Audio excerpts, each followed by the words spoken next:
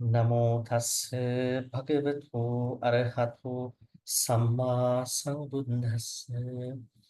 Namo tassa bhagavato arahato samma sambuddhassa. Namo tassa bhagavato arahato samma sambuddhassa.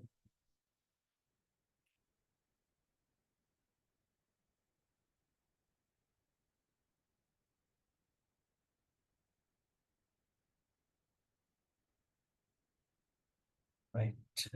Today we are going to be discussing Dhammapada stanza 29 and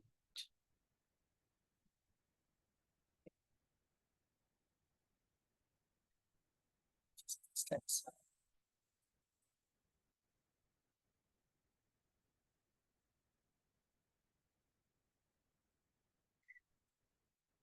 Still we are in the chapter of Appamada, diligence, and stanza number 29.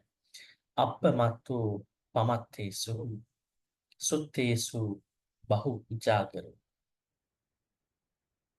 abalasangva sighaso hitvayati sumedhaso.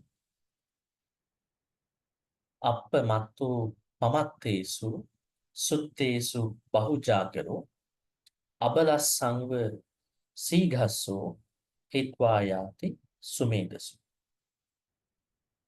Okay, so first I'll be asking groups to read. So group 1, anybody from group 1 would like to read?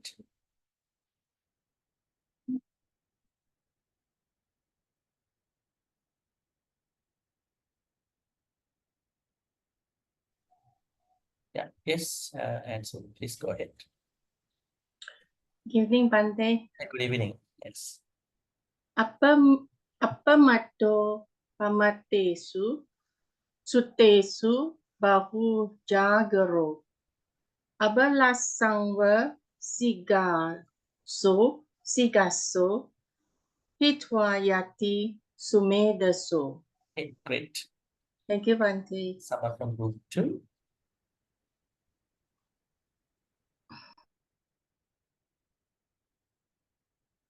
Yes, Kim, I think, raised the virtual hand first. I'll be giving May later. Is that okay? Should be okay. Okay, good. Thank you, Bhante. Yes, Kim, please go ahead. To pamatesu, sutesu bahu jagaro, abala samwa sigaso, hitwa yati samet dasu. Hitvayati. Same dasu. Do you pronounce as A or U? Same, me. Sumedasu. Su. Okay, sume dasu. Sumedasu. Thank you. Yeah, good. And then group 3, Billy, yes. Group 3. Thank you, Bhante. Yes. Appamato pamatesu, suttesu bahu jagaro. Abala, how to spell that? Abala samva sigaso. Hitwa yati sumedaso. So there was a Can you pronounce the abala, the what? yeah, so let me explain to you before I do it. There are two consonants. You see, S, Two S. consonants. So when there are double consonants, we have to do like this. Abalas sang. Sigaso. So two S need to be pronounced. Okay. Try again, yeah. Abalas samtua. Sangver. Sigaso. What is it? Abalas sangver. Abalas sangver sigaso. Sigaso. Sigaso. Sigaso. Sigaso. Sigaso. Yeah, I think the rest of the lines are Thank you. okay. Yes. Okay. And Thank you. group 4, yes, Kibia. Pamato pamatesu sutesu bahu jagaro abalasamwa sigaso hitwa yati sume daso. Okay, great. Thank you. Group 5. Is it TC? Are you from group 5 or? I'm from group 6. Okay, so Melinda there. Yes, Melinda, please go ahead. Thank you, Bhante. Yes. Apa mato pamatesu sutesu bahu jagaro abelasamba sugaso Sigas. hitu Si. sigaso Sigaso. Sigaso. sigaso hitwa yati sume daso. Yeah. Thank you. Kind of little, Thank you, Bhante. yeah, great. So you see, the third line is about a horse, a good horse and a bad horse. That's why some of you are struggling. Anyways, we'll look at it. Yes, Tisita, group 6. Yeah, thank you. Apa mato pamatesu sutesu bahu jagaro abala samwa sikaso hitwa yati sumedaso. Okay, great. Thank And you. group 7, is it Maya? Are you from group 7? I am from group 7. May I read, please? Yeah, please go ahead. Yes. Okay. Apa mato pametesu. Appamato Apa mato pamatesu. amatesu. Yeah. Sutesu bahu jagaro. And the other one is abalas samwa sigaso. Sigaso. Hitwa yati sumeda so. Okay, great. Okay, Bhante. Yes. Thank you, Bhante. Yes, group 8. Yeah, someone from group 8.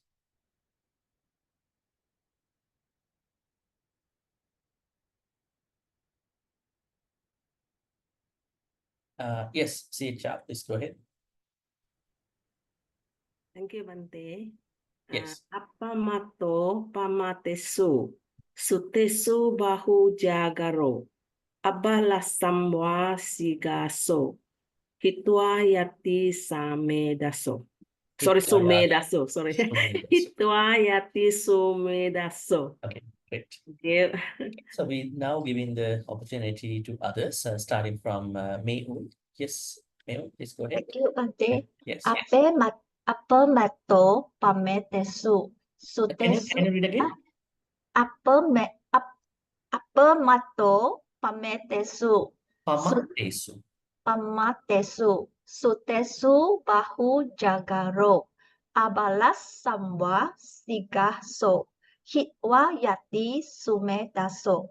Okay, great. Thank you, Bhante. And then, okay, ma'am. I think Doris. Yes, please go ahead. Yeah. Thank you, Bhante. Yeah. Apa mato pamatesu, sutesu bahu jagaro, abalas samva sikaso, hitwa yati sumedaso. Okay, great. Thank you, Bhante. And we have Pochuwon. Yes. Good evening, Bhante Good and evening. everyone. Thank you. Okay, I try.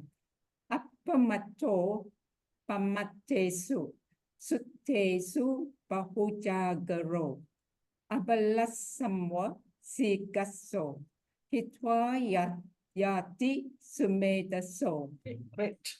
Thank you, Bhante. Yes. And then we have Oi Hua. Yeah.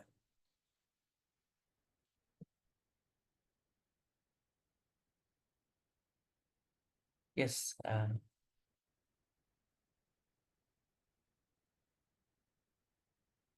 Sorry, I can't unmute. Okay. I know, Okay. it's okay. Can you hear me? Please go ahead. Thank you, Bhante. Apamato pamatesu, sutesu bahu jagaro. Abalasamwa sigaso, hitwa yati sumedaso. Okay, great. Thank you, Bhante. We have, yes, 9 chapters. Yeah. Thank you, Bhante.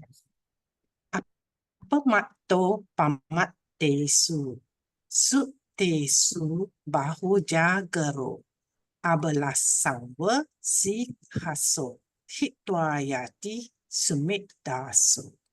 great. Thank you, Bhante. We have Jenny. Yes.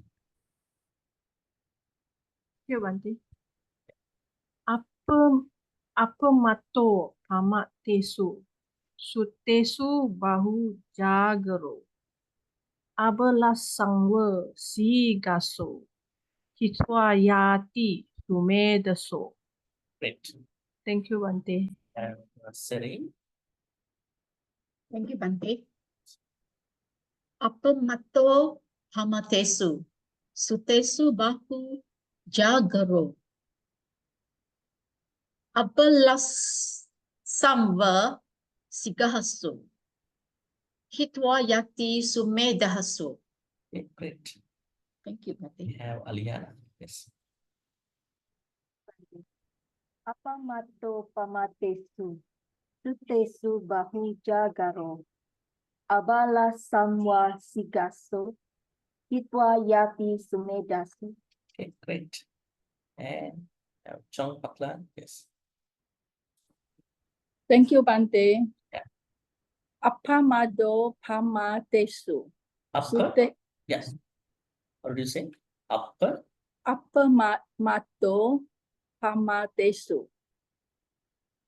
Yeah. Sutesu bahu jagaro. Apelas samwa sigaso. Hitwa yati sumedaso. Okay, great. Thank you, We Bhante. have Indra. Yes. Thank you, Bhante. Appamato pamattesu, suttesu bahujagaro,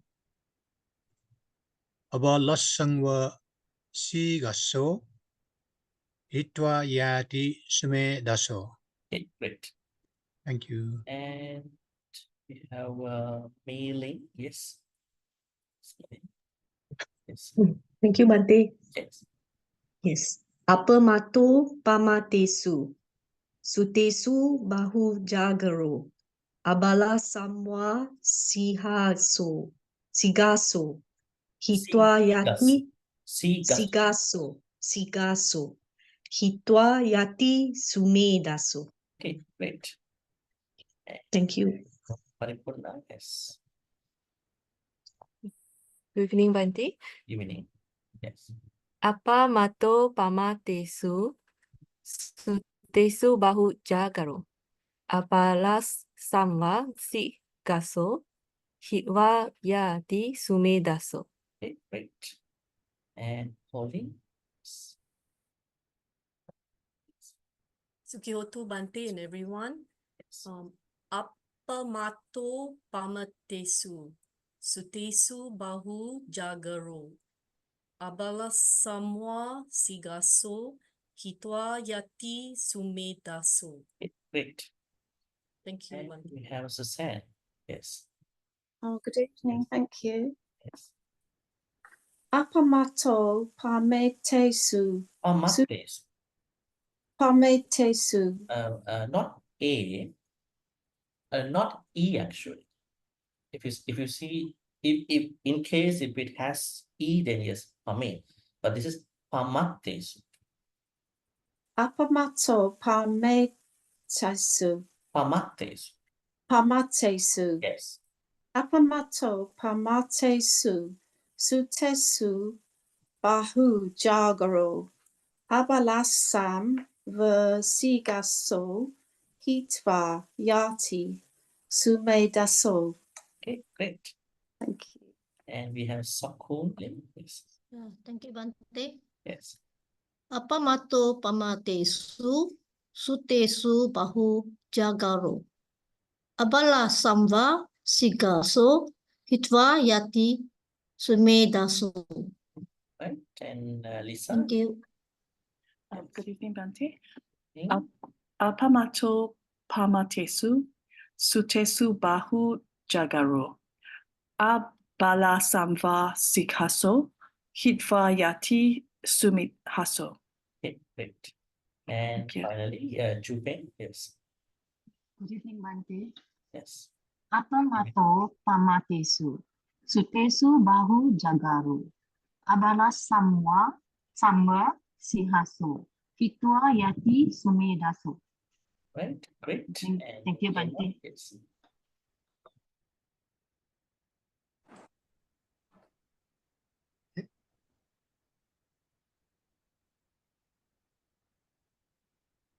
Yes, this is for Hema. Yes.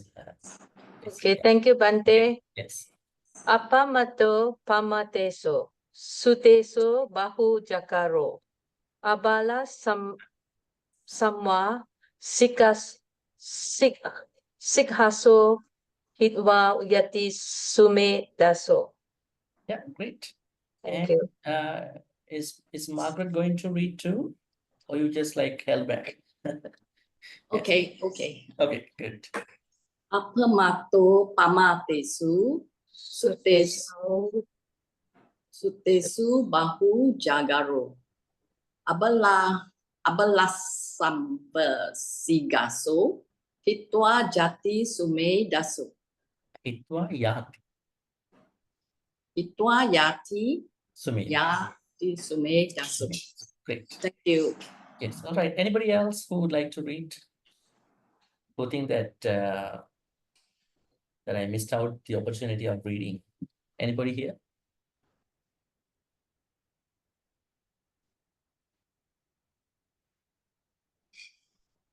All right. Looks like I think almost everybody, right? Okay. This stanza, actually a chant. This is kind of a chanting, reading and chanting.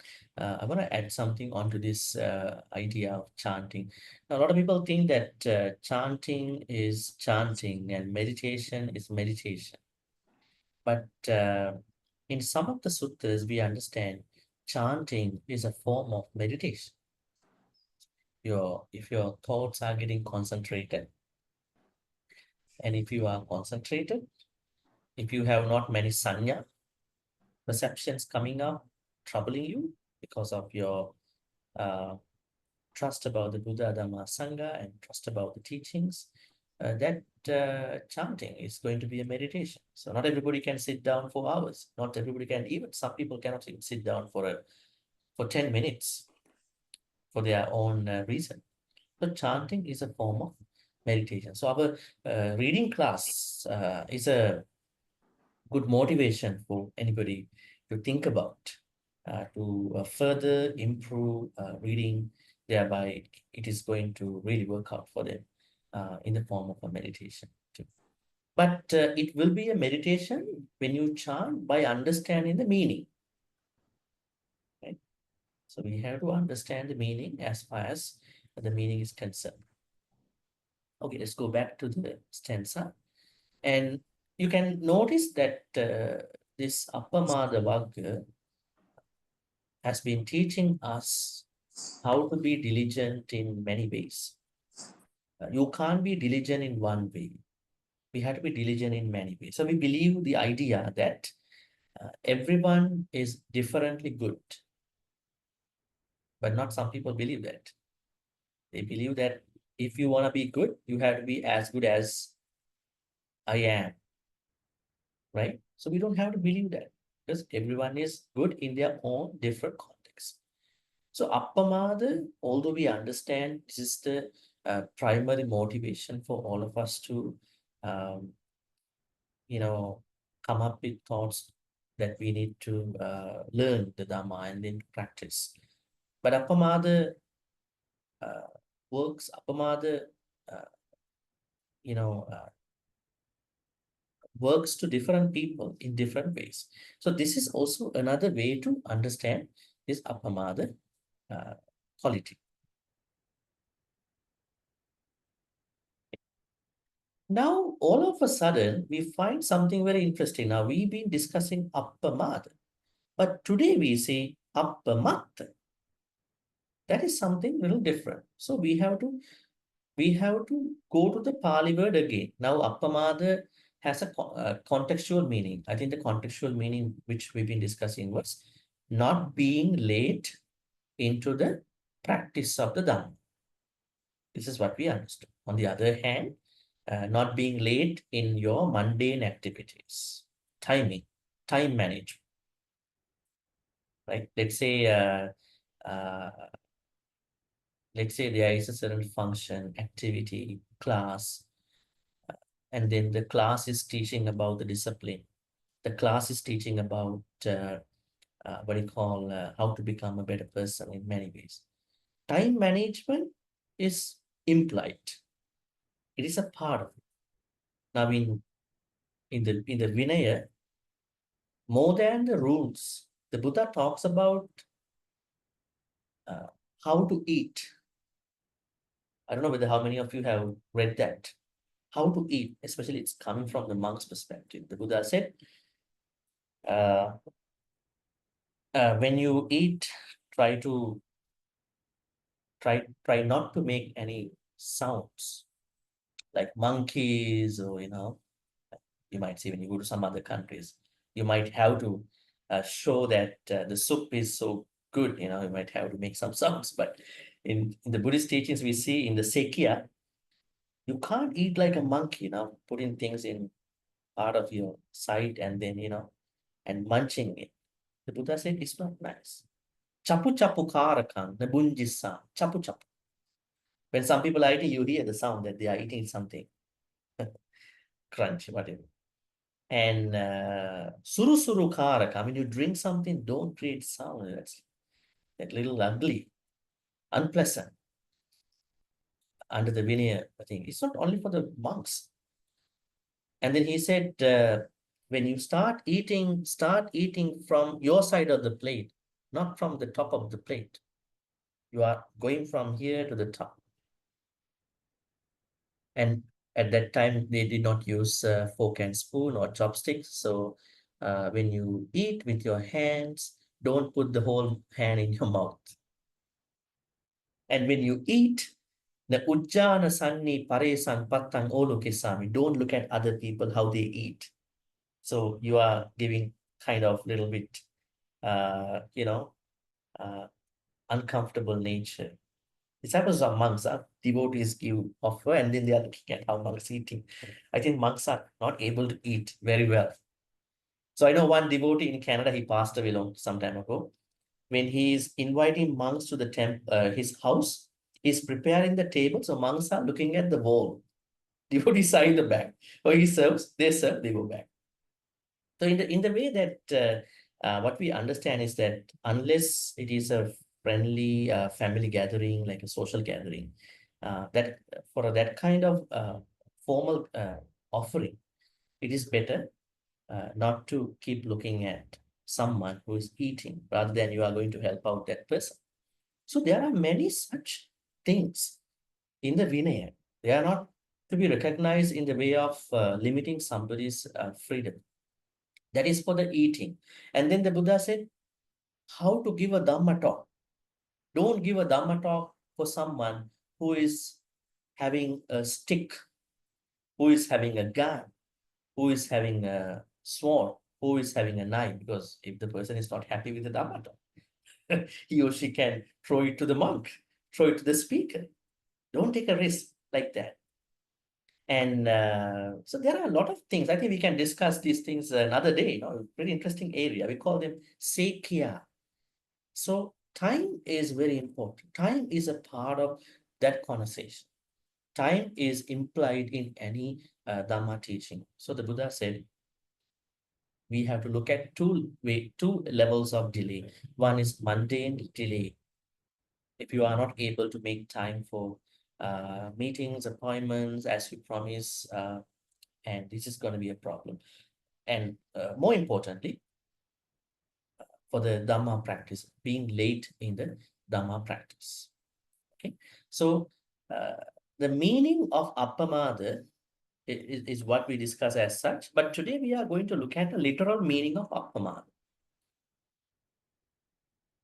You can see here, appamada. You can find this Pali word,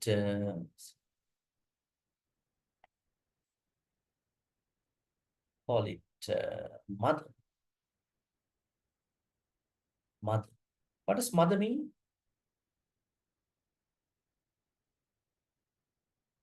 Mother means?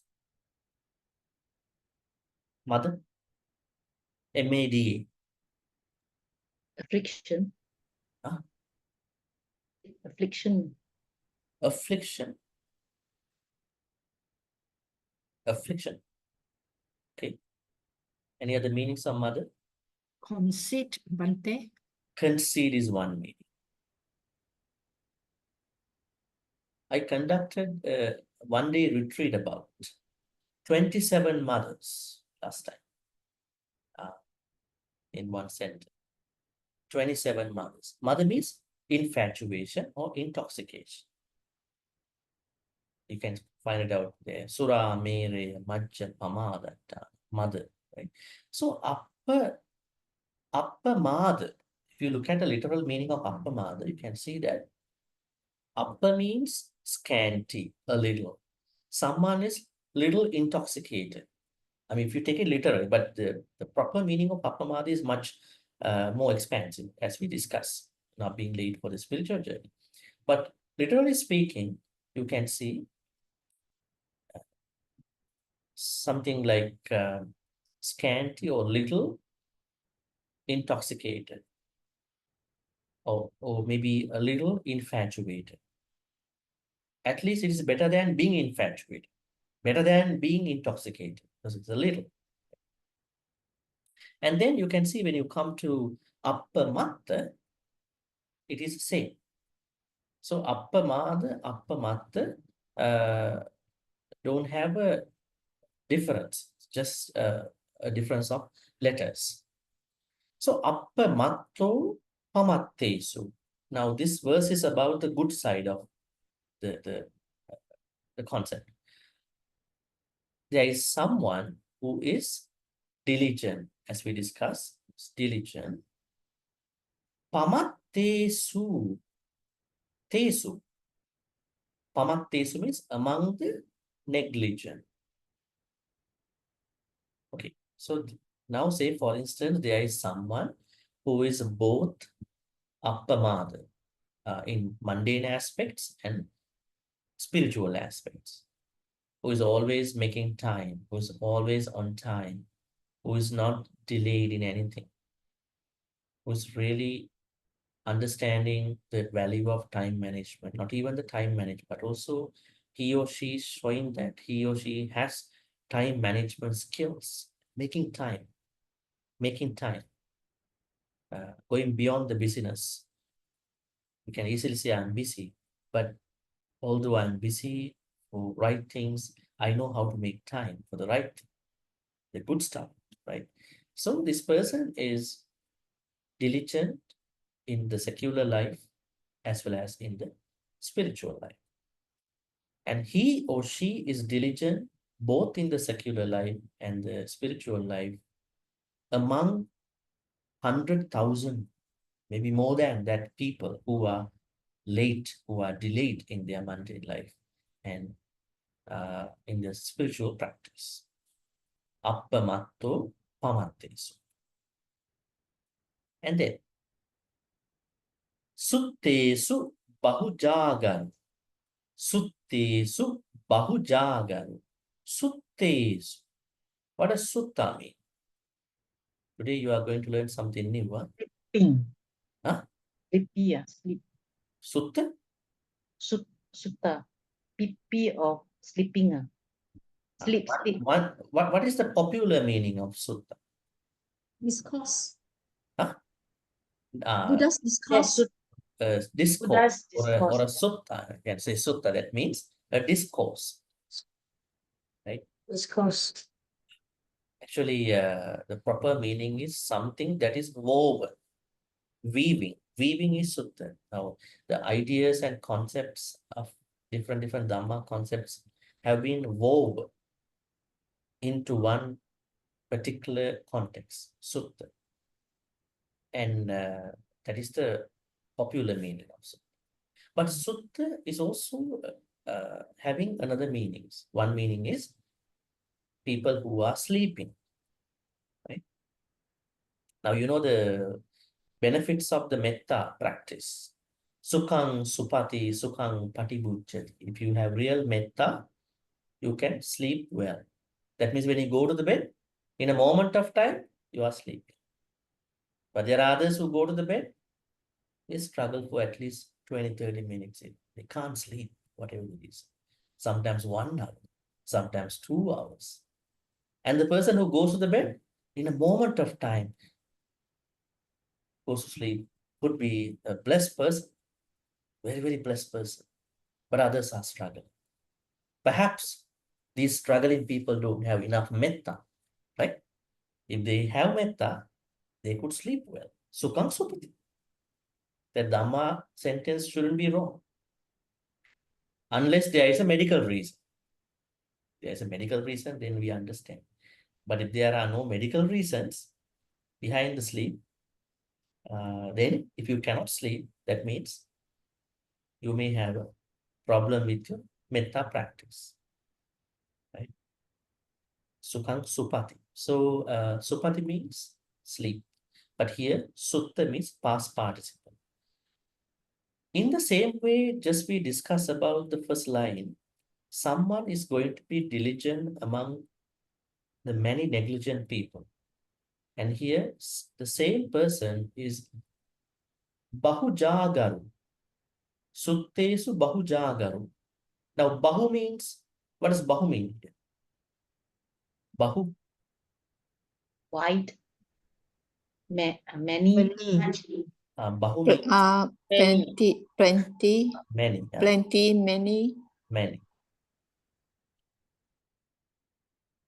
Bahu suttesu jagaru. This is how we take it. 1, 2, 3. This way. Order. Bahu suttesu jagaru. Jagaru means awake. Awake. Or wide awake. I think we discuss a quality of the Buddha under the, what do you call? The Jaga I think Sutta. we haven't discussed in this class, maybe in other classes. Vijja charana sampanno, arahang samma sambuddhu, vijja charana sampanno. Under the vijja charana sampanno, it is said that Buddha possesses 8 knowledges and 15 practices. Qualities. Yeah, out of these 15 charanas, there is one charana practice that he has, which goes by Jagariyanu Yoga. Don't think about Anu Yoga, that's a practice. Jagar, that means Buddha can stay up late. He's not a normal human being because he is expected to teach Dhamma to the Devas at night. Devas don't like to come in the morning, afternoon, evening. There are many people gathering here. They said that Devas would like to come in the first, second watch of the night. So it is said that he only sleeps for a couple hours, probably 2 hours. Now don't take it wrong. Somebody might think we should follow the Buddha and not sleeping more than 2 hours. It's a special context because he has to serve. Because he's now our Gautama Buddha only spent 45 years. So Jagari means that not sleeping. But this is a very different context of sleeping. Bahu suttesu jagaru. This particular person who is diligent among the negligent is also going to be wide awake among the many people who are sleeping all the time. Now, if you don't understand this particular line, you might think that this is the actual physical sleep. This is not the actual sleep. This refers to the sleep with regard to the defilements. People are sleeping with defilement. That's why they cannot awaken. Now you know the English word Buddhist. Buddhist say that those who follow the Buddha teachings are Buddhist. How does this Pali English word come from? Buddhist. Bodh. Right? Bodhayati, Buddh. That means someone who has awakened. Yeah, who has awakened from the sleep of defilements. Are we? Are we already woke up? awaken from the sleep of defilements, then we cannot be called as Buddhist now. Right? I mean, theoretically, technically speaking. But we are potential beings who are you're supposed to wake up from the sleep of defilement. Potential beings. Right? So don't take a chance. You might miss it one day. So Buddhist, we call it Buddh. The verb root is Buddh. That means someone who is going to awake from the sleep of defilements. But there are people who cannot even wake up from the normal sleep in the morning. Many people have to wake them up. Hey, get up, wake up, get up, go. What about then the sleep of defilements? Can they wake up? Very difficult for them, very challenging for them. Even many alarm clocks cannot wake them up. They're too much drowsy, too much into the sleep. So the Buddha says here, there are two things. One is that waking up from the normal sleep, like the mundane delay. Waking up from the normal sleep. When you go to sleep very late, you are not able to wake up early. So it is said that it is better to sleep early and then wake up early. Because the morning time might be a very good time to understand the Dhamma. Right? Because all the Buddhas are also becoming Buddhas in the morning, not in the evening. Not in the afternoon. All the Buddhas are Bodhisattvas are going to become Buddhas early morning. Not in the late morning, afternoon, evening. So don't expect any enlightenment at untimely hours. Anyways, it is said that Bodhisattvas are going to be enlightened early morning. That means morning time is a good time. Even, neuroscience, psychology, just talking about the differences, how the brain works depending on the timing. Anyways, there may be exceptions. So here, the idea is that it is better to wake up early, having a good sleep, along with sleeping early. That will help someone to understand and plan, manage the day. Right? That is number one. Because if you cannot manage the day, you cannot practice the Dhamma as well. So time management and then planning the day, they are very important things in our practice, Noble Eightfold Path practice. And on the other hand, waking up from the sleep of defilements. I think this part we have to discuss a little bit more. How to wake up from the defilements. Now we know many suttas talk about how do the defilements work. They talk about anusaya level, vitikama level, pariuttana level. Our defilements are initially sleeping. Now, although we are not sleeping, our defilements are sleeping. Unless the defilements are getting conditions, having conditions come up, arise. So there are 7 types of defilements that are sleeping all the time. We call them as anusaya, A-N-U-S-A-Y-A. Anusaya, raga. There are 7 anusayas. So even we take them as 7, but there are many others that are coming under them. And then sometimes when the conditions arise, they are going to wake up. Now let me ask you. Now all of you seem to be very kind, polite, metta beings now. You have no anger at this point. Seem to be good, very, very good people. Very, very good. But it seems to be you might not have been enlightened. Then where is your anger now? Where is it now? Did you hide it somewhere in your mind? Did you hide it? Where is it? It is sleeping now. Your anger is sleeping now. Right? So how does your anger get a chance to arise? Whenever the conditions arise, then conditions for the anger to arise, anger is going to arise. What could be the conditions for your anger to arise? Someone who you don't like, have problems. When that person is going to come to you, that sleeping anger is going to arise, erupt. Then you are disrupted. Okay. And what has happened to your raga, your lust?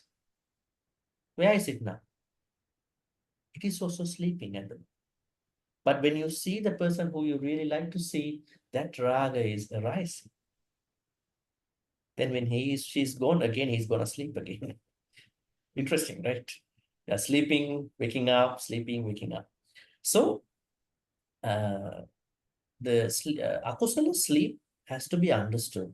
So we need to understand that although we are focusing our activities on these kusala classes of learning Dhamma, they are still in the back of your head somewhere. They are sleeping.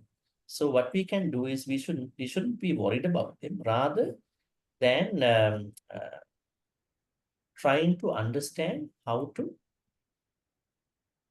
not to let the conditions help them to arise. So we have to understand the conditions. The more we understand the conditions about our sleeping akusalas, the better we can manage our akusala part. Right? So the idea here is that this particular person who is diligent among many 100,000, probably many other people who are delayed in their Dhamma practice or in their mundane life. At the same time, this particular person is wide awake from both the physical sleep and the akusala sleep. Very interesting. There are two parts. And then we are going to look at his performance, the velocity, the speed of his Dhamma journey. Abala sangva sigasu. Then this Pali word is something interesting. Assa. Assa.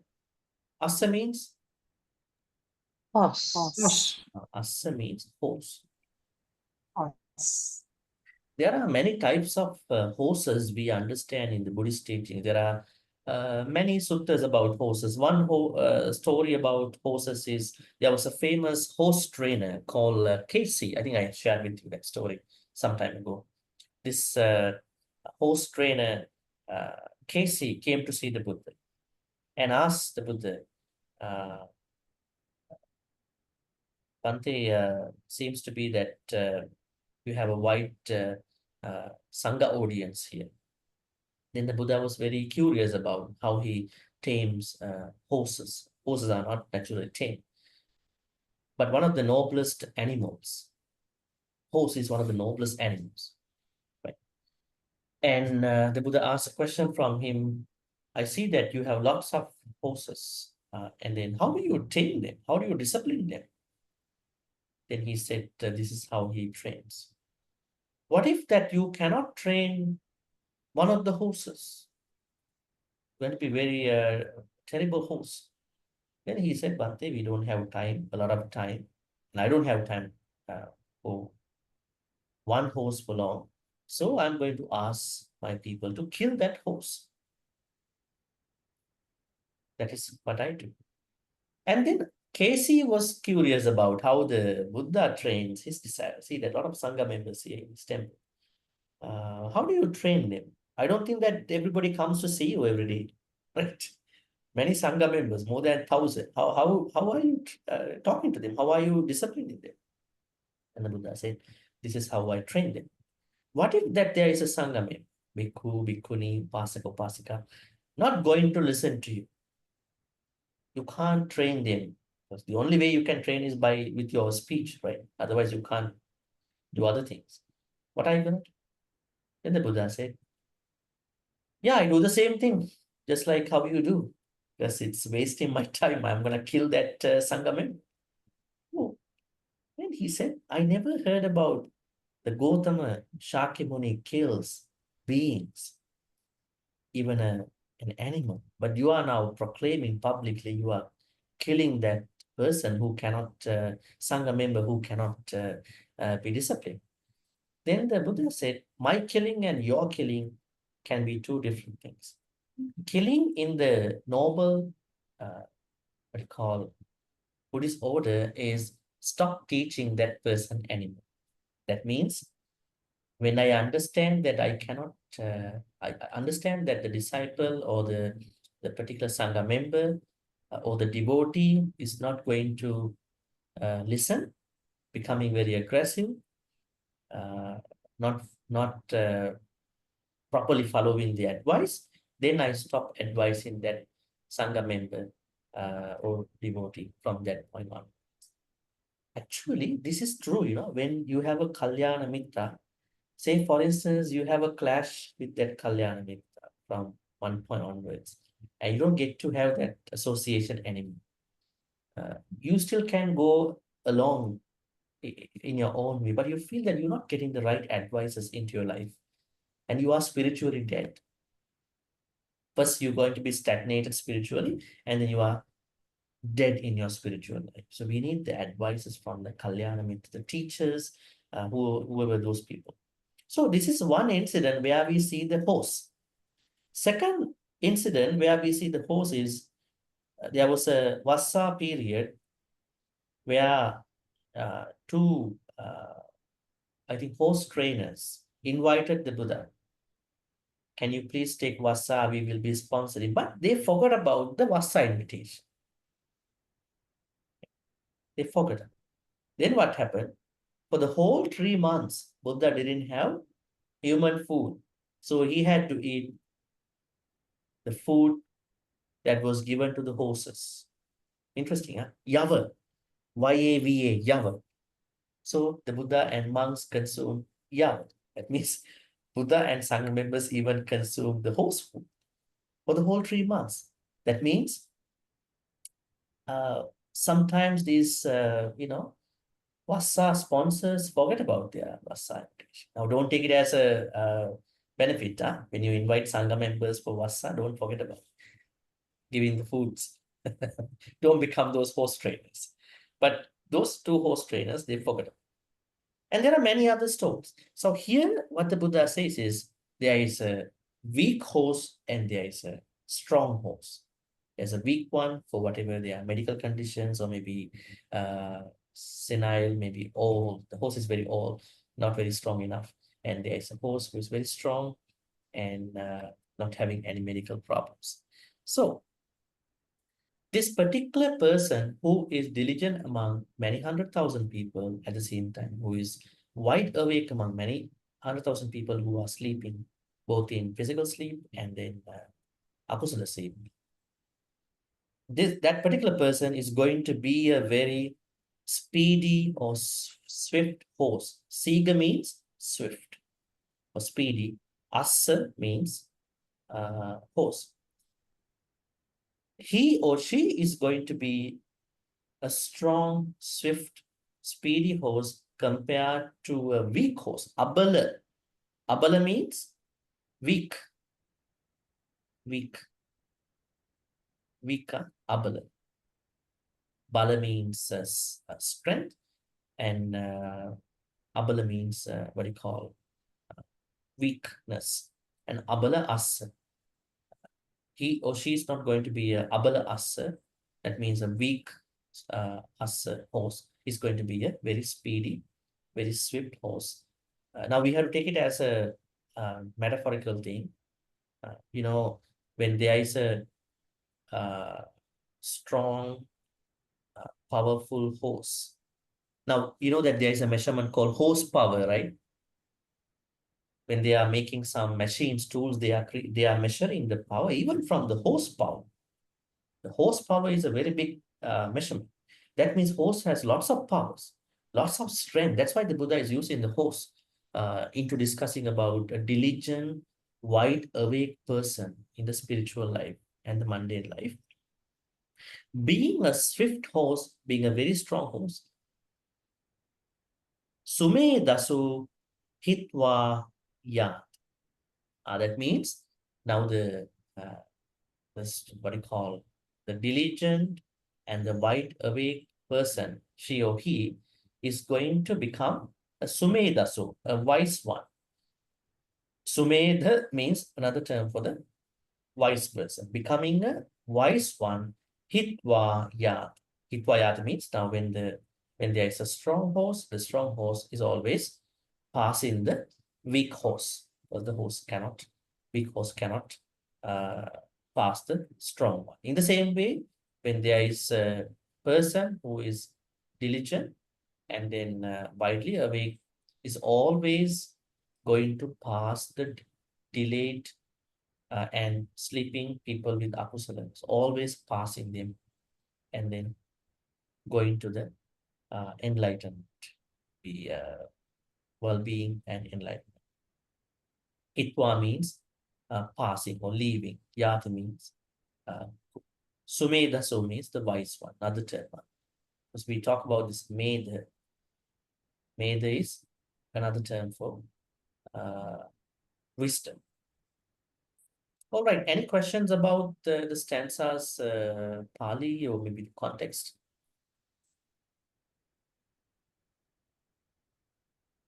Okay. Yes, KBR. Yes, thank you, Bhante.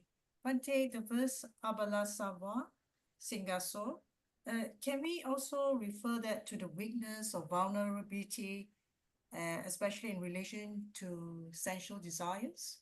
Because, over here it talks about horse, but actually what I understand is it's more towards the weaknesses and vulnerability of the sensual desires in our mundane world. Is that correct? Yeah, definitely.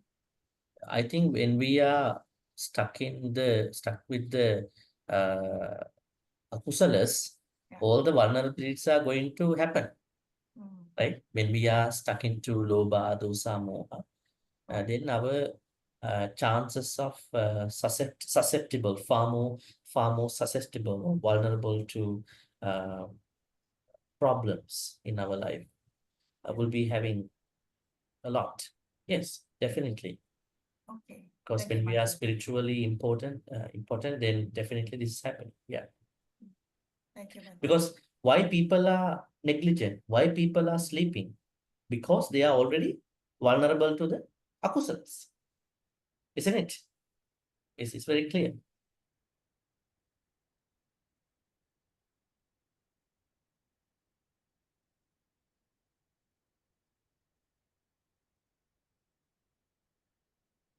And there are many other stories about these vulnerabilities and the people who are struggling in their life. That is why it is said that don't delay your Dhamma journey until you get old. It is better to start it within your young time, so you can practice, you can do things. Because as you get older, there may be certain areas where you may be dysfunctional, right? Even sitting down, even doing something, the cognitive side and all that. So it's better to start it. That doesn't mean that when you are young, you have to be with the temple all the time, right? You don't have to. You may have your own practice. You may not come to a vihara, or you may come to a vihara, but you have to have your practice wherever you are and whatever you are doing within your own life. So practice must have started very early. That's very interesting. Bhante, Bhante, the Pali word yati is go. So the over here, the wise one leaving a weak one behind. Is it let the weak one go? Is it goes? No, we have to take it as the overall meaning. That means when there is a weak horse, the strong horse definitely overtakes the weak one. So that means yati. That means goes. Yeah, thank you, Bhante. Leaving behind means that.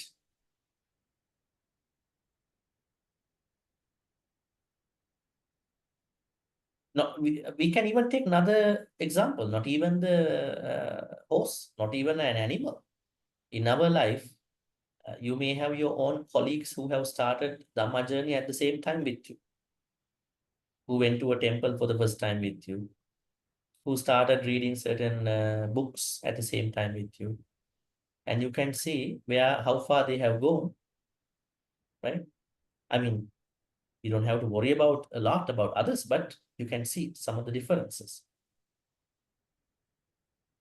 You normally take it from the mundane life, right? School friends, right? And then finally you differently ended up at different places. In the same way, spiritually, people can end up at different places. All right. Any other questions? We will give you chance later too. Bhante, this Yes. verse is a very beautiful verse. Actually, it reminds me of the rabbit and the tortoise story. They had a race, and then the rabbit, very diligent and then went very fast. And after that, he stopped, thinking that the tortoise sure can't catch up. But the tortoise is like a symbolic, isn't it, of the diligent. He just goes slowly. So I think it's Rabbit a beautiful story. overestimated.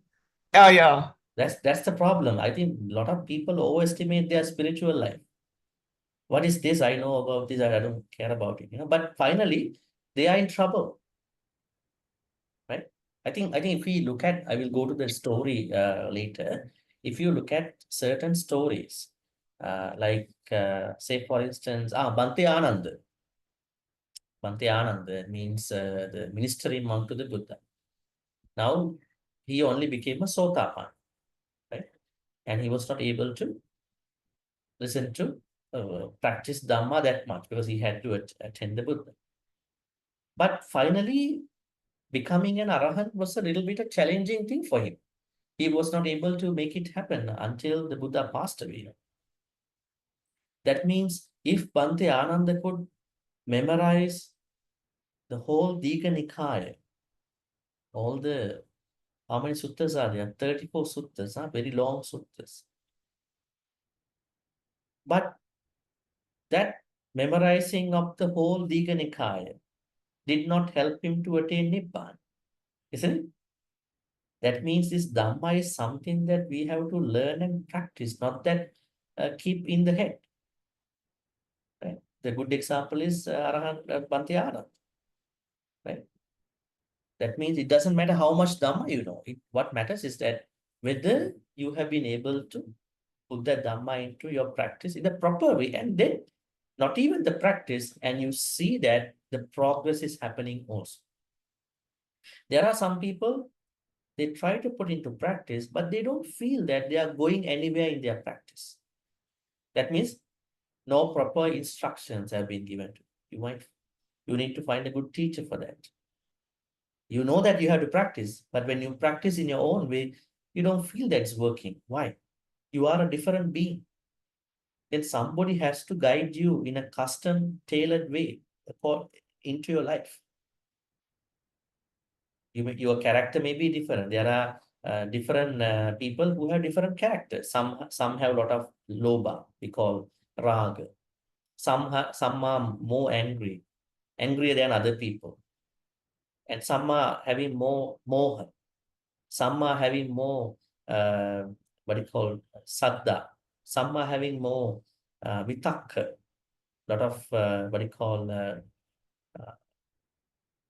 ruminations within their mind. They always try to argue, They are not willing to accept anything. And even in normal life, they cannot be easily convinced. So there may be people who have two of them, raga dosa together. Their character is a blend of raga dosa. There may be someone else who has both dosa moha as the most nature of that life. So then a teacher has to understand this particular person. How does the Dhamma teaching work for this person? Then only you feel that your Dhamma practice starts to work. That is why, although you know you need to practice, you may practice in your own way by collecting bits and pieces, but you don't feel that you are thriving, you are your Dhamma journey is flourishing. Why? You don't have a particular custom-tailored advice. That is very important. Now, when you look at many stories at the Buddha's time, now you may remember Chulapantaka, Mahapantaka story. I think we discussed that a few weeks ago, right? And Chulapantaka, little monk, had to destroy, but then the Buddha helped him, right? So his diligence and his everything was going to unfold because he met the Buddha. And sometimes there are people who are highly engaged in the Dhamma activities, but they are not hitting the right part of their Dhamma journey. So they are only collecting Dhamma all the days. It's in mundane life, we call it lifelong Dhamma journey, right? Yes, lifelong. Dhamma is a lifelong Dhamma journey. But in that lifelong Dhamma journey, they should be able to, I would say, have a feeling that my Dhamma journey is actually really working. It's working. I don't feel that I'm kind of stuck somewhere in my Dhamma journey. So definitely, as the Buddha says, Kalyana Mitras are really in need of your Dhamma practice. Okay, the story, and keep your questions to the end of our class. The story is, okay, it's a long Pali word. Combine. Pamatta, pamatta. Actually, pamatta, pamatta. Pamatta, appamatta. Dve means two. Sahayaka means friends or companions. Bhikkhu. That means there were two monks. One is diligent, the other one is negligent. Okay. One diligent monk, one negligent monk, but they are friends. Actually, what happened was two monks went to practice somewhere. One monk became very lazy for whatever the reason.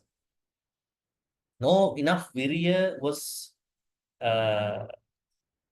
used in his practice. The other monk was properly utilizing his virya. His virya is very important. Otherwise, although you know a lot of Dhamma, your practice is not going to happen. Virya, energy. We have to properly use our virya. We have discussed this many times, but today I'm going to put them into a different context.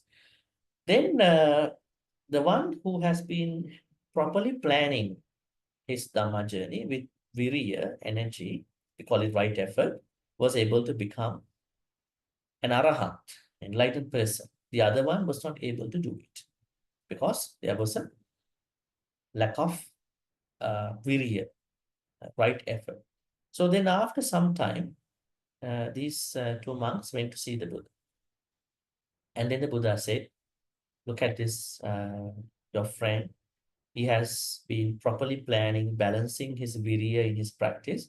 So he has been able to attain Nibbana, but you have not been putting enough effort into your practice. You know Dhamma, a lot of them, maybe better than this Arahant monk, but your practice has not been really going well because you are not bringing enough virya into your practice. That is the story.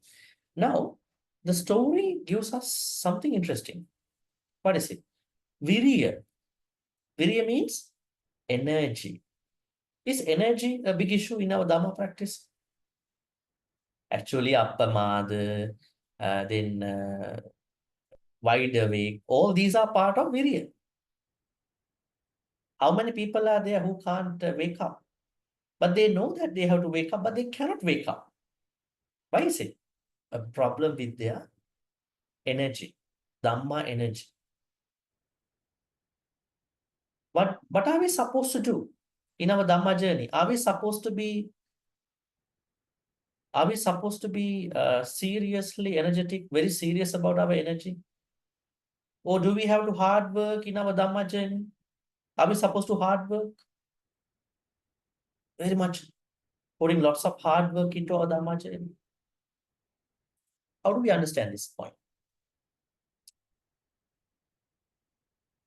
You know, your ancestors' time, maybe a couple decades ago, the narrative was that you have to hard work to earn more money. And nowadays it's a little bit different, right? There are people who are hardworking, but there are people who are working in different ways. I'm asking, do we have to work hard in our Dhamma practice? Work hard. Balance. Huh? Balance. You have to balance the wisdom and the energy. I'm asking, do we have to work hard? Yes or no? Do we have to? Work smart, Bhante. Yeah. Work smart. You bring in the mundane answer to the spiritual journey. Yes. Actually, the virya that we have to have is something that I call an effortless effort. Yeah. An Effortless. effortless effort. When I say effortless effort, you might be confused. What is this? That means if you try to work hard in the Dhamma journey, you will be easily restless in your mind. Let's say you plan your Dhamma journey. Now, today is September 5th. By October 9th, by October 5th, I should be a Sotapan. Resolution, making a resolution to become a Sotapan by October 5th. But this is not going to work. I mean, you can say it's not a realistic plan. And making such plans, unrealistic plans. At the same time, trying to be too excited about one's Dhamma journey, Dhamma talks, Dhamma discussion, class, too excited. Then you are not going to make any progress. Right? You can't be natural in that particular journey. So the Buddha said, if you are too excited about the practice of the Dhamma, practice of the Sila, precepts, Dana and all that, what is happening is that you will end up with a lot of Uddacha, one of the hindrances. Kamachanda, Vyapada, Tidami, Uddacha. Which is not good. Don't be too excited. Don't be overwhelmed in your practice. And at the same time, if you are too lazy in your Dhamma, very lazy, you are thinking that today is too cold and too hot. I don't have the good vibes to attend. Maybe I want to do something different at a time that you are supposed to be there. That is also going to be a problem in terms of the virya. So not putting too much virya, not putting too less virya. So these are two polar ends of the akusala energy. More akusalas will come. You are not able to smoothen your practice. And then the effortless effort means you are not going to work hard, but you are working hard with a perfect balance. The perfect balance is called upekha. Upekha. It's an effort, but not the sort of mundane effort that we know. Going to work for other activities. People are putting a lot of hard work for other things, right? So that is the virya we want. And if you want to have a particular formal framework for this virya, then you have to go to Samma Vayam. That is the formal classification of this effortless effort. What is Samma Vayam? Right effort? Effort. We haven't studied here.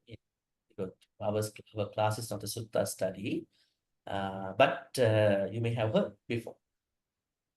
What is right effort? It is fourfold. Right effort is fourfold. There are four things to do with regard to right effort. That means we have to have right effort in our Dhamma practice. Like number one, number two, they are regarding akusala side. Number three, number four, those steps are regarding kusala side. Number one, number two, how to understand? The Buddha asks us to put effort onto preventing inactive akusalas. There are akusalas, some akusalas that you don't have. Let's say you are a very kind person by nature, maybe from your family, maybe your environment. You are a kind person. Now, what is the opposite of being kind? a mean person, a very mean person, terrible mean person, very rude person, the way how that person talks. Would you like to be rude? Would you like to be mean for a moment? I don't think you will like it. If you are kind and if you are good, at that point, you know that I can be rude, I can be mean to myself and to other people, but I'm already a kind person. So, in case a possible akusala nature with regard to the meanness or rudeness come to me as a result of associating the bad friends, negative friends, other people, I have to prevent that attack. I have to prevent it. So, putting effort not to have any inactive akusalas in your life.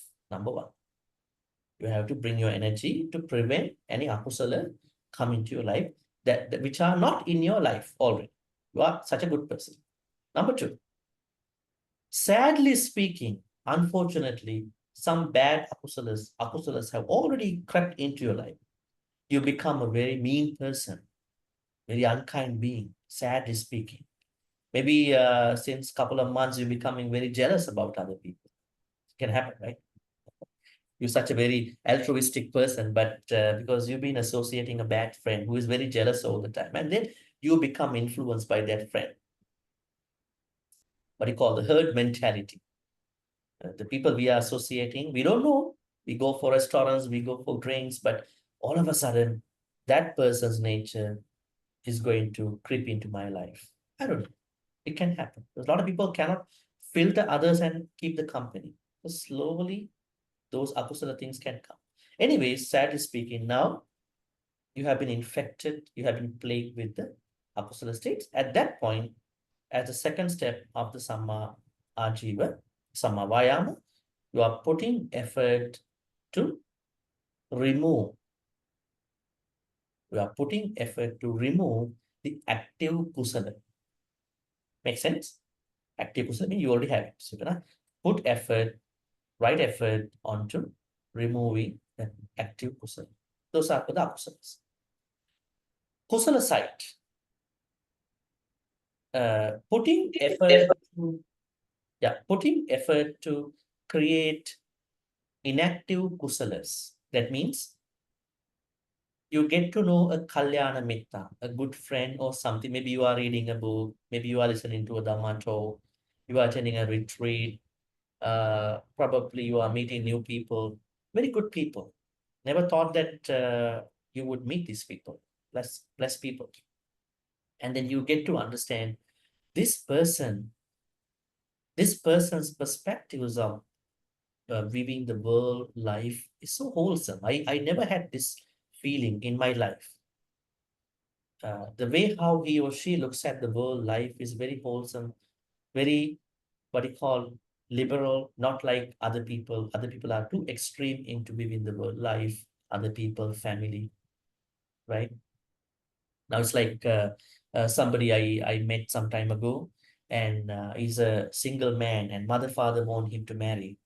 But he said, why should I marry? All the friends I'm associating, they are talking the negative side of the marriage. So he got all the friends who have issues with the marriage. So he said to his mom and dad, I never marry because all my friends, 5 to 6 people, they are messed up people in marriages. Why do I want to become a married person? See, now friends really make an impact because people create their own ideas and views. Now I'm talking the opposite side of that young person who is messed up too because of his friends. So they are also discouraging you. You don't marry, see what has happened to us. We are struggling in our marriage life, don't do that. Just be a single man, right? And then enjoy your life. Anyways, so you meet someone who has better qualities than you, who you learn something good. You learn something new from somebody. At least a proper advice. At that point, you understand you have to put effort to create inactive kusalas. Some kusalas are not active in your life. You are going to create because you are influenced. Maybe you read, maybe you get to learn. So put effort to create inactive kusalas. third right effort. The fourth one, you already have a lot of kusala activities. You have metta, karuna, mudita, upekka. You have precepts. You are practicing 10 kusalas. Now, what's going to happen? Putting effort to develop, sustain, deepen your active kusalas. Just because you are giving dana, don't think I know everything with dana. You have to keep giving dana. Keep being generous. Just because you attended one retreat, don't think everything came to you. Keep attending. With a gap of time. Don't attend too much retreats, but with a gap, because every time you attend a retreat, take some time to reflect and then attend another one. Take some time, reflect, and then attend another one. Yeah, keeping some time for reflection. Some people don't reflect. Attend, too much knowledge, and then finally they are bombarded, with information. When you attend a retreat, give some time for reflection. What do I learn? What have we learned from these people? And then when the mind is okay, then attend another one. Right? This is how we understand. So in the same way, you need to be repetitive in your action. The Buddha said in one Dhammapada stanza, what is it? Abhittareta kalyani papa chittang nivare. Dandang hi karoto punyam papasping ramati mano. I think this is coming in the Papa Vagga. Buddha said, Abhittareta kalyani, motivate yourself towards the good activities. That means 10 kusala activities. Papa chittang nivare. The more you are engaged in the kusala activities, the less you are going to struggle with the akusalas. Now, when someone says, I have lots of akusalas going in my mind, how much kusalas you've been practicing? The next question is, not that many, not that often. Yeah, that's why. When you are not doing kusalas, akusalas are trying to come into you because you are not adequately engaging in the kusala activities. Then, dandang hi karotu punya. Danda means lazy. When you are delayed, lazy in doing good things, papasping ramati mano, your mind is going to stick to the akusalas. Very interesting. That means not just 1 day, 2 day, 3 day, 4 day, 5 day. Generosity has to be constant. Then metta practice has to be constant. Wisdom practice has to be constant. The Brahma Viharas, metta, karuna, mudita, upekka as a whole have to be constant. 24/7, 365. Not 1 day, not 2 day, not 3 day, not only for Vesak, not only for Vassa, not only for Katina, not only for couple talks. They have to be constant, going all the time, have to be going all the time. A repeated practice is highly necessary in that, so that you are creating the fourth part of the right effort. My usual example is a vegetable garden. I think I already shared with you for these four. If you have a vegetable garden, you really want to see good things in that vegetable garden. Let's say if you bring that to the first right effort, what is it? Preventing akusalas. Second, removing akusalas. Third, creating kusalas. Fourth, deepening, maintaining, sustaining kusalas. Let's try to relate this to a vegetable garden. When you have a vegetable garden, you are very concerned whether you will get some weeds, unnecessary stuff, uninvited stuff in your garden. So then you are going to take a second opinion, you are going to a nursery, you are reading books, you are reading articles, blog articles about how to prevent any weeds coming into my vegetable garden. That's number one. Number two is removing. Sadly speaking, due to your negligence, some weeds have already crept into your garden. Now you gotta remove them. Maybe you might add different things, maybe chemicals, maybe you might do certain things. You might do things that are organic, second part. Third part, creating kusalas. That means you also would like to see new vegetables, new fruits. So you are going to consult people, the right people, and you want to see new fruits, new vegetables going to pop up in your garden with certain activities. And the fourth one is deepening, maintaining, sustaining kusala. That means you are happy, but you think you can do better. in your garden. So you might get opinion, second opinion, you might ask, you might read, you might do certain things to create more, what you call, crops, harvest in your garden. So in the same way, preventing akusalas, putting effort to prevent akusalas, putting effort to remove akusalas, putting effort to create kusalas, putting effort to deepen, sustain, maintain kusalas. So this is our virya. Now this virya is what is called in a very interesting word, right effort, samavayama. This is what we are bringing into our appamada practice. Once again, if you go and look at, you can see this stanza is very much reflective about the right effort. See here again. Appamato pamattesu, I need to be diligent among the negligent. Suttesu bahujagaro, I need to be up among the people who are very much sleepy in terms of the Dhamma practice. And I will be someone like a speedy, swift horse who is going to pass a weak horse. That means horse, the weak horse and the strong horse, they are reflective about our kusala practice or akusala practice. The weak horse is akusala practice. So that when someone has akusala practice, that means no appamada, lot of negligence, no what you call wide awakened life. That means lots of sleeping, spiritual sleeping, unnecessary sleeping. Then that person will become a weak horse. And if I'm not as such, if I'm someone who is diligent, wide awake, I will be having the greatest wisdom. And my activity within my Dhamma practice is like becoming a swift horse who is going to take over past the weak one. That means going to, on the other hand, we can say my appamada nature, my wide awakened nature can take over other person's negligent and sleepy in terms of akusala life. This is what we have to understand. All right, any questions? I think, all right, somebody was here, was going to ask a question. Yes, Pauline, you have a question? Yes, thank you, Bhante. I'm just wondering, I really like the word effortless effort. Would it be helpful is that if we learn to be more relaxed in our practice, meaning relax in our mind, relax in our body,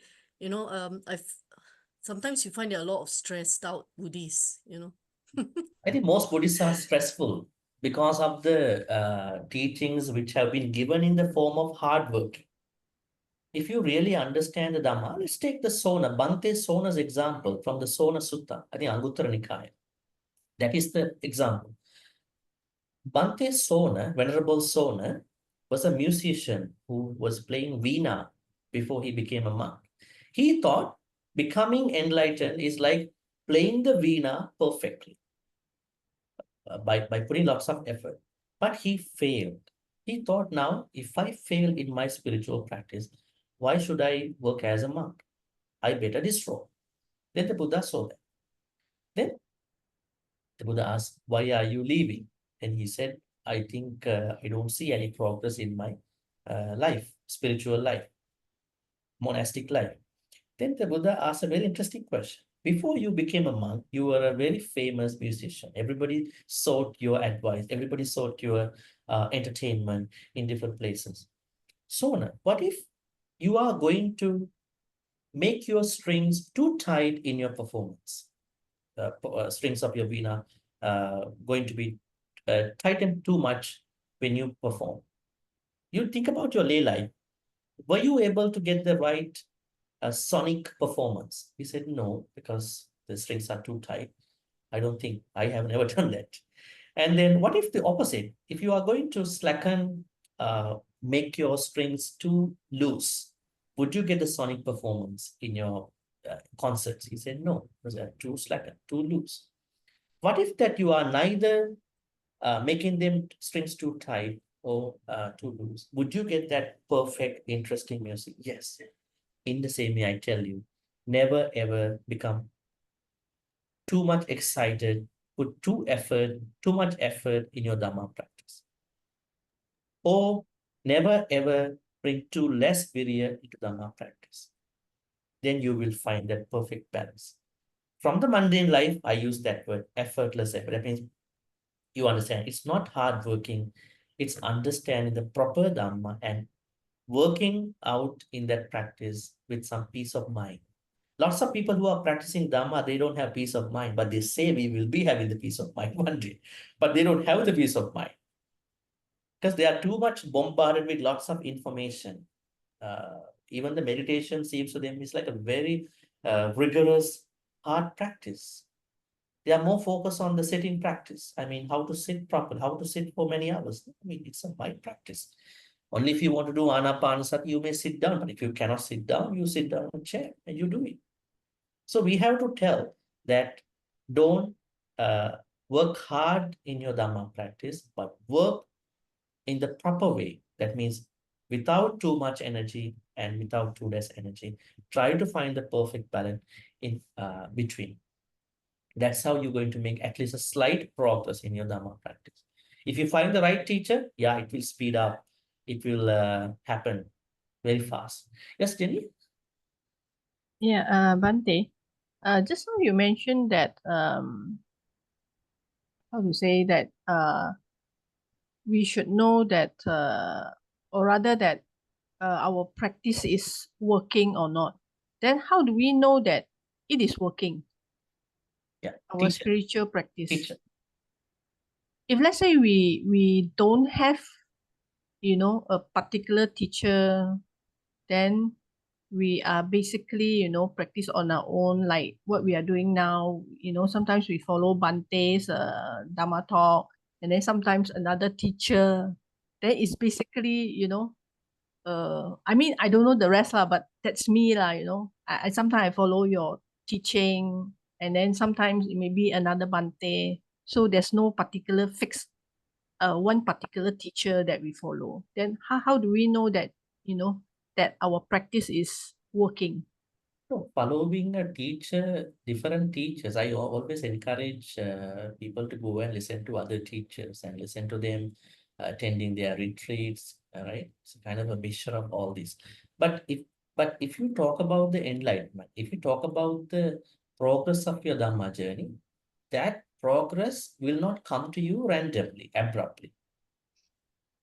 Okay, that's why I'm telling you, at a certain point of your Dhamma journey, you need a teacher. So you can discuss with the teacher about what's happening within your life. Now, at the moment, what's happening is that you collect the information from A, B, C, D, E, F, G, H teachers. And then how to process this information. It has to be custom tailored to you. The Bhantes are talking not only to you, Bhantes are talking to all of you. It's a common generic teaching. Now, for instance, when someone comes to see the Buddha in person, when many people come and sit in the Dhamma hall, the way how Buddha talks and how many people understanding their Dhamma could be different. So I think at a certain point of your Dhamma journey, all of your Dhamma journey, you may need a proper teacher. Because then you can discuss, I know this, I listen to this Dhamma talk, I know this from that place. This is how I practice, is this good for me? Then teacher has to do an assessment about you, right? It's like a counselor, you know, counselors cannot give advice to 10 people, 10 patients at the same time, right? Counselor will say, no, one by one. I will give you a custom tailored advice to each patient, right? So I think at a certain point of our Dhamma journey, we need that custom tailored advice from a teacher. Right teacher, there are many teachers. You may go to many teachers, but then you will understand this teacher is good for me, you know. I feel I'm progressing in my Dhamma journey. That's how it works. It can be any teacher. So at the moment, you are collecting information, right? It's like, yeah. If let's say along the way, when you know, you are practicing, and then you feel that you are more peaceful, you are more relaxed, and somehow you can feel that, you know, the good deeds that you are doing is bringing you, you know, I'm not saying expecting any reward, but somehow you feel you see something good is coming back. So does that give you some sense that you are to follow the correct path? Okay, let me answer you that question. I also wanna say something, otherwise you might misunderstand. Now, just because I said you need a teacher, I was telling for someone who is trying to be a little bit more concerned about the enlightenment perspective. At that point, you may need a teacher in that context. But if you are not very much concerned about that area, but you just need to be a good person, as you said, whatever you do, you feel they come back to you, bounce back to you. You are okay. You don't need teacher. It's also okay. You don't have to. But if you are concerned about learning more Dhamma and then maybe enlightenment, that kind of a thing, like a more meditation kind of perspective, yes, you need a teacher. Otherwise, just become a better person, good person. You may not need a teacher because you feel good. You already feel good. You don't have to, be concerned about that part. So that's at that point, it's going to be an optional thing. Otherwise, you will all look for a teacher at this point. Right? It's going to be a little tedious process. At the time, you can't even find Kalyana Mitras, how to find a teacher, right? Correct. Like, Correct. it's going to be more serious at that point, more complicated, right? That's how we're going to look at it. All right. Any more questions? We'll take one more question. Okay. Otherwise, we're going to transfer minutes.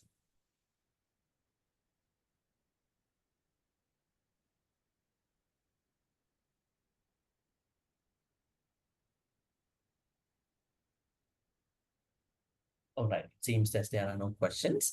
So we then going to wrap this up by transferring good karmas to the departed ones and sharing good karmas with the Devanaga.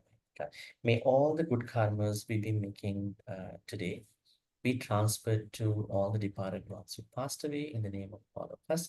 May they be well and happy. May they attain the supreme bliss of Nibbana. Sadhu, sadhu, sadhu. Idammi ñātīnaṁ hōntu sukhitāh hōntu. Hontu ñātayo. Idammi ñātīnaṁ Hotu sukhitāh hōntu. Hontu ñātayo. Idammi ñātīnaṁ Nam hotu sukhitāh Sukhitam hōntu Hontu ñātīnaṁ. ñātayo. May Deva Naga Maitika receive all these good karmas. May they be well and happy. May they protect and bless all of us for good health, quality of life, and prosperity. May they in particular bless our Dhammajans. Finally, may Deva Naga Mahika also attain the supreme bliss of Nibbana. Sadhu, sadhu, sadhu. Ittavataj ammehi sambatang punya sampadang sabbe deva anumodantu sabba sampatti siddhya. Ittavataj ammehi sambatang punya sampadang sabbe bhuta anumodantu sabba sampatti siddhya. Ittavataj ammehi sambatang punya sampadang sabbe satta anumodantu sabba sampatti siddhya.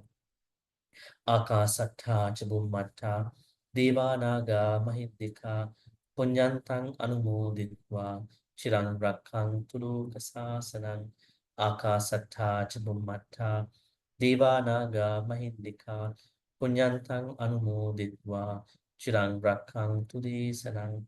Akasattha ca Bhummatta Devanaga Mahiddhika Punyantang Anumoditva Chirang Rakkhantu Mang Paranti, Chirang Rakkhantu Mang Sadati. In this sansaric journey, we are truly expecting a lot of Kalyana Mitras to be surrounded in our life. May we be able to be in the company of Kalyana Mitras till we attain Nibbana. With that wish, we're going to make the wish. Imina punya kammene mami bala samagamu satang samagamu hotu yava nibbana patya. Finally, may all the good karmas we be making today by understanding another layer version of Dhammapada be supportive and helpful for all of us to attain the supreme bliss of Nibbana. Sadhu, sadhu, sadhu. Abhivadana Silis Nichang Vata Pacha Inum Chattaru Dhamma Vaddhanti Ayuvanu Sukhang Balang Ayurarogya Sampatti Sagga Sampatti Me Viche Ato Nibbana Sampatti Iminati Samichatu Sadhu Sadhu Sadhu. With that, our OPRC class for today. So look forward to seeing you next Thursday at the same time. Thank you very Night, much, everybody. Thank you, Bhante. Thank you, Bhante. Thank you, Bhante. Sadhu, Good night, sadhu, everyone. sadhu, Sadhu, sadhu. sadhu. Bye-bye. Thank you, Bhante. Thank you, Bhante. Thank you. Thank you, Bye-bye. Bhante. Thank you. Thank you. Thank you, Bhante. Good night, Bhante. Good night, everyone. Thank you, Bhante. See. Sadhu, sadhu, Sadhu, Bhante. sadhu. Yes. Night. Thank you, Take Bhante. care, Sadhu, everybody, Bhante. and good night. Bye-bye. Good night. Night. Sadhu, Bhante. Yes. See you on Sunday. Yeah, I'll be seeing you. See Yes. you. Straight. Yes. Sadhu. Yes.